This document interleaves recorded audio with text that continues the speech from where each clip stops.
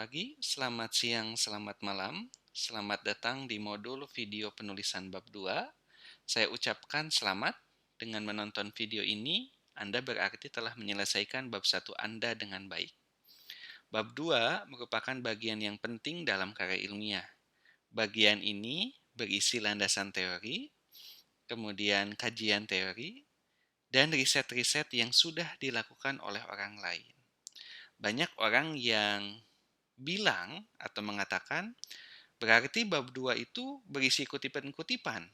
Nah, pernyataan tersebut tidak sepenuhnya benar. Karena sebagai penulis, Anda juga dapat memberikan argumentasi, kritik, atau bahkan mengolaborasikan berbagai teori. Jadi, bab 2 itu tidak hanya asal tempel atau copy paste saja. Kutipan yang Anda pergunakan di bab 2 memiliki fungsi, misalnya untuk memperkuat argumentasi, kemudian memaparkan atau menunjukkan data, dan lain-lain. Misalnya kita ambil contoh, sebagai ilustrasi, saat ini Anda misalnya sedang melakukan penelitian soal kopi. Di bagian 2.1, Anda akan menjelaskan mengenai pengertian kopi.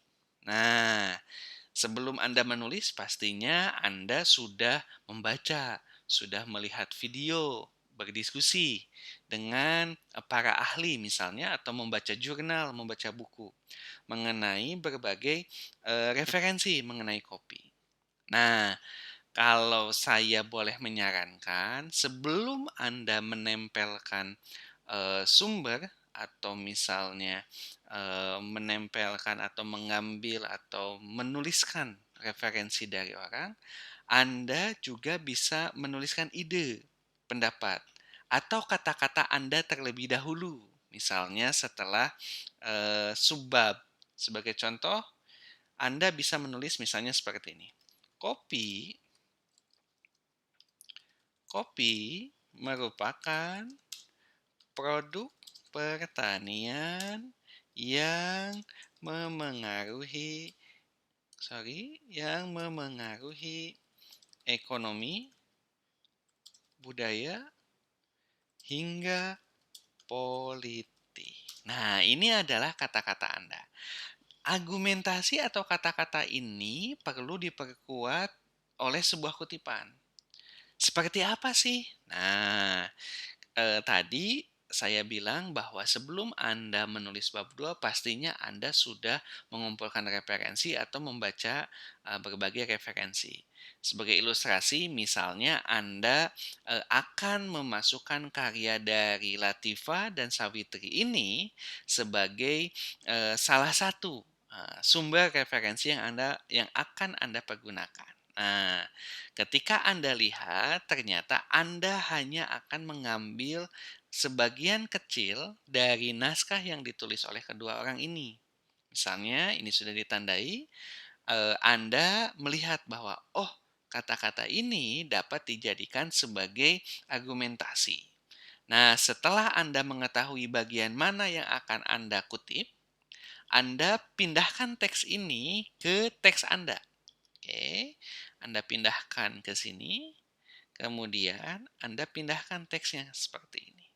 Oke, jangan lupa nanti di akhir diberikan kutipan sumber sebagai penanda bahwa kata-kata ini merupakan milik orang lain dan Anda mengambilnya hanya sebagai penguat argumentasi. Bagaimana cara menuliskannya? Lihat nama belakangnya. Jadi yang ditulis adalah nama belakang penulis. Jika di sini Latifah Mirzatika Al-Rosyid, yang diambil adalah nama belakangnya Al-Rosyid.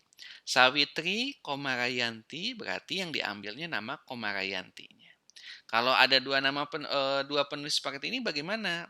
Al-Rosyid dan Komarayanti. Lihat juga tahun berapa ini diterbitkan. Oh, ini tahun 2021.